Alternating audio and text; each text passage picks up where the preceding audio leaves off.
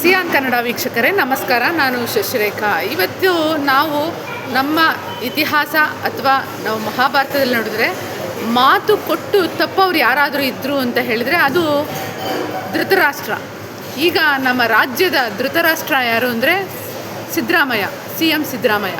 ಯಾಕಂದರೆ ಅವರು ಈ ಹಿಂದೆ ಚನ್ನರಾಯಪಟ್ಟಣ, ದೇವನಹಳ್ಳಿಯ ಚನ್ನರಾಯಪಟ್ಟಣದಲ್ಲಿ ಏನು ಪ್ರೊಟೆಸ್ಟ್ ಮಾಡಿದಾಗ ರೈತರು ನಮ್ಮ ಭೂಮಿಯನ್ನು ಬಿಡಬೇಕು ಅಂತ ಹೇಳಿ ಹಿಂತೆಗೆದುಕೊಂಡಿದ್ದೀವಿ, ಡಿನೋಟಿಫೈ ಮಾಡ್ತೀವಿ ಅಂತ ಹೇಳಿ ಸಭೆಯಲ್ಲಿ ಎಲ್ರಿಗೂ ಹೇಳಿದರು. ರೈತರು ಅದನ್ನು ಒಂದಷ್ಟು ಜನ ಎಡಪಂಥೀಯರು ಹೋಗಿದ್ರು ಆ ಪ್ರೊಟೆಸ್ಟನಲ್ಲಿ ಭಾಗವಹಿಸೋಕ್ಕೆ. ಮೊದಲಿಂದ ಪ್ರೊಟೆಸ್ಟ್ ಮಾಡಿದ್ದು 2 ವರ್ಷ ರೈತರು, ನಂತರ ಹೋಗಿದ್ದು ಎಡಪಂಥೀಯರು. ಅವರು ಆಮೇಲೆ ನಮ್ಮ ಗೆಲುವು ಅಂತ ಹೇಳಿದರು. ಆಗ ನಾವು ಸಹ ಹೇಳಿದ್ವಿ, ಆದೇಶ ಬಂತ, ಡಿನೋಟಿಫೈ ಮಾಡಿದ ಆದೇಶ, ಅದು ಟೈಮ್ ಕೊಡಬೇಕು ಅಂತ ಹೇಳಿದರು. ಆದರೆ ಈಗ MB ಪಾಟೀಲ್ ಅಧಿಕಾರಿಗಳು ಇವತ್ತು ರೈತರಿಗೆ ನಿಮ್ಮ ಜಮೀನನ್ನು ತೆಗೆದುಕೊಳ್ತಾ ಇದ್ದೀವಿ, ಮಾತುಕತೆಗೆ ಬನ್ನಿ ಅಂತ ನೋಟಿಸ್ ಕೊಡ್ತಿದ್ದಾರೆ. ಇದೇ ಸಿದ್ದರಾಮಯ್ಯ ಅವ್ರದ್ದು ಎರಡು ನಾಲ್ಗೆ ಸಿದ್ದರಾಮಯ್ಯ. ಯಾಕಂದರೆ ಅವತ್ತು ಹೇಳಿದ್ರು ಆ ವಿಷಯ ಅವತ್ತು ತಣ್ಣಗಾಗಬೇಕಾಗಿತ್ತು. ರೈತರು 2 ವರ್ಷದಿಂದ ಪ್ರೊಟೆಸ್ಟ್ ಮಾಡಿರೋದನ್ನು ಕೊಲ್ಯಾಪ್ಸ್ ಮಾಡಬೇಕಾಗಿತ್ತು.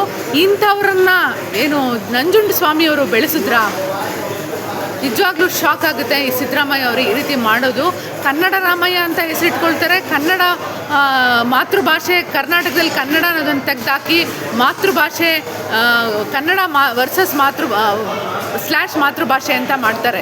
ಈ ರೀತಿ ಸಿದ್ದರಾಮಯ್ಯ ಕನ್ನಡಕ್ಕೆ ಮತ್ತು ಕರ್ನಾಟಕದ ರೈತರಿಗೆ ಮಾರಕವಾಗಿರುವ CM ಆಗಿ ಮಾರ್ಪಡ್ತಾ ಇದ್ದಾರೆ. ಇವರು ಮಾತನ್ನು ಉಳಿಸ್ಕೊಳ್ಳಿಲ್ಲ. ಇವರು ಮೊದಲಿಗೆ ಎಲೆಕ್ಷನಲ್ಲಿ ಓಟ್ ಹಾಕಿಸ್ಕೊಂಡಿದ್ದು ಏನಂತ ಹೇಳಿ, ನಾವು ಕೃಷಿಕರ ರೈತ ಕಾಯ್ದೆಗಳನ್ನು ರದ್ದು ಮಾಡ್ತೀವಿ ಅಂತ ಹೇಳಿ. ಈ 3 ಕಾಯ್ದೆಗಳು ರಾಷ್ಟ್ರದಲ್ಲಿಲ್ಲ, ಆದರೆ ಕೃಷಿಕರಲ್ಲದೆ ಇರೋರು ಭೂಮಿಯನ್ನು ಇಲ್ಲಿ ಹೇರಳವಾಗಿ ಕೊಂಡ್ಕೊಳ್ತಾ ಇದ್ದಾರೆ. ನನಗೆ ಒಂದು ಮಾಹಿತಿ ಬಂತು, MB ಪಾಟೀಲ್ ಯಾರ ಹತ್ರನೂ ದುಡ್ಡು ತಗೊಂಡ್ಬಿಟ್ಟಿದ್ದಾರೆ, ಆದ್ದರಿಂದ ಅವ್ರಿಗೆ ಈಗ ಭೂಮಿ ಬೇಕೇ ಬೇಕು ಅಂತ. MB ಪಾಟೀಲ್ ಏನಾದರೂ ಅವರ ಸ್ವಂತ ಭೂಮಿಯನ್ನು ಕೊಡೋದಿದ್ರೆ ಕೊಡಲಿ, ರೈತರ ಜಮೀನು ಮೇಲೆ ಯಾಕೆ ಕಣ್ಣು ಹಾಕಬೇಕು? ಅದು ಇವ್ರಿಗೆ ಭೂಮಿ ತೆಗೆದುಕೊಳ್ಳೋಕ್ಕೂ, ಬರಡು ಭೂಮಿಯನ್ನು ತೆಗೆದುಕೊಳ್ಳೋಕ್ಕೆ ಅವಕಾಶ ಇರೋದು, ಫಲವತ್ತಾದ ಭೂಮಿಯನ್ನು ಯಾಕೆ ತೆಗೆದುಕೊಳ್ತಾ ಇದ್ದಾರೆ?